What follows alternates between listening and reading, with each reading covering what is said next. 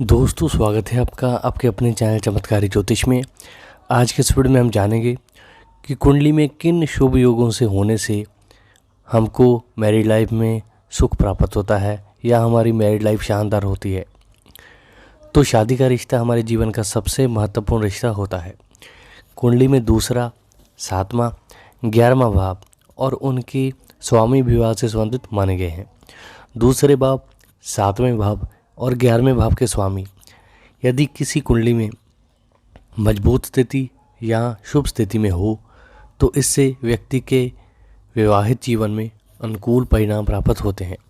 ग्रहों में शुक्र ग्रह, बृहस्पति ग्रह, मंगल ग्रह सुखी वैवाहिक जीवन के लिए महत्वपूर्ण रोल प्ले करते हैं। यहाँ शुक्र ग्रह प्रेम और परिवार से संबंधित माना गया है। बृहस्पति ग्रह के शुभ आशीर्वाद के बिना व्यक्ति को उनके जीवन में वैवाहिक सुख नहीं मिल सकता है। और अंत में मंगल ग्रह शादी की बात के रिश्ते को दर्शाता है। ऐसे में जिन व्यक्तियों की कुंडली में ये तीनों ग्रह अच्छी तरह से कार्य कर रहे होते हैं या अच्छी स्थिति में होते हैं तो ऐसे व्यक्ति को सुखी वैवाहिक जीवन का सौभाग्य प्राप्त होता है। तो सबसे पहले बात करते हैं पहले योग के बारे में। यदि आपकी कुंडली में ये योग है तो यदि किसी व्यक्ति की कुंडली में शुक्र और बृहस्पति शुभ स्थिति में हो, उपरोक्त पहले 5वें, 7वें, 9वें और 11वें भाव में हो तो ये एक सुखी वैवाहिक जीवन के लिए व्यक्ति की कुंडली में अनुकूल आयोजनों में से एक माना जाता है।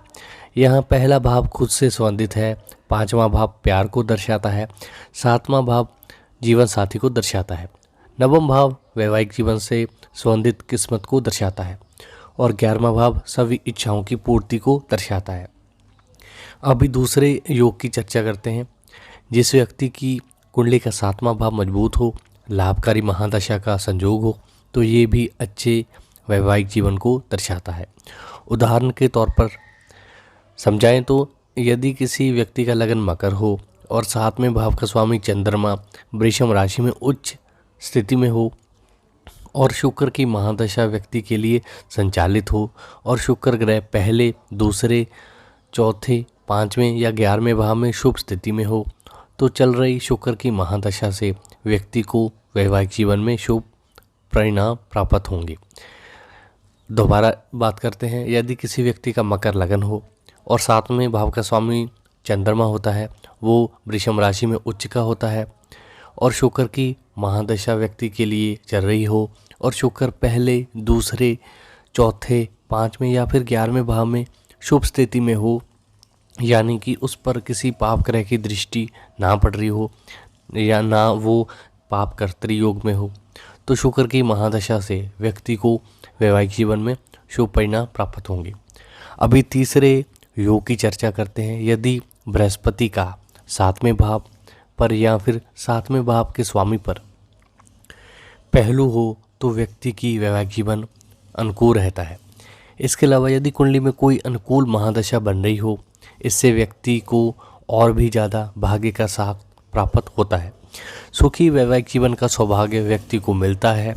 उदाहरण के तौर पर समझाएं तो यदि किसी व्यक्ति का कर्क लगन है और 9वें भाव का स्वामी बृहस्पति लगन में उच्च राशि में है और 7वें भाव पर पहलू कर रहा है तो ये एक बेहद अनुकूल योग है।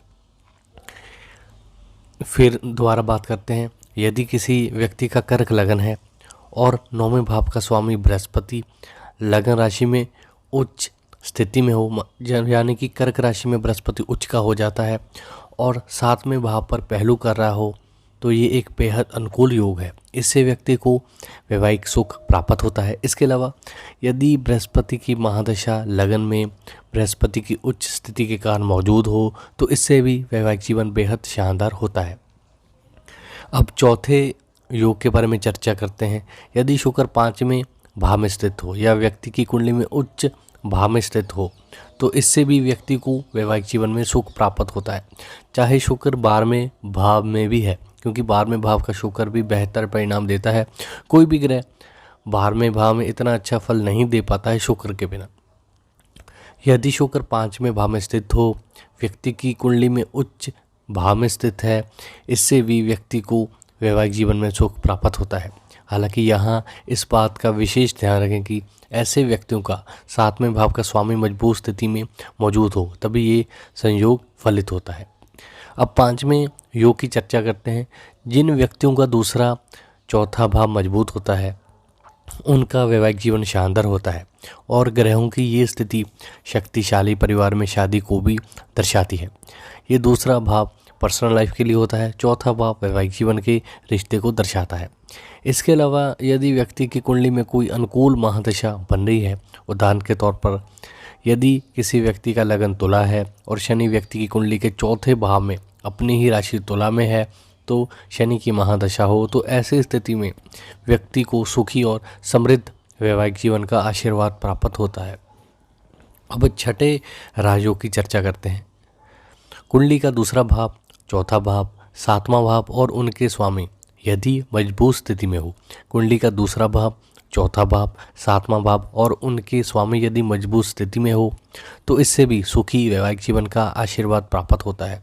यदि दूसरे भाव, चौथे भाव और 7वें भाव का स्वामी मजबूत हैं, तो कुंडली में कोई मजबूत महादशा चल रही है, तो इससे भी वैवाहिक जीवन सुचारू रूप से चलता है। अभी 7वें राजयोग की चर्चा करते हैं।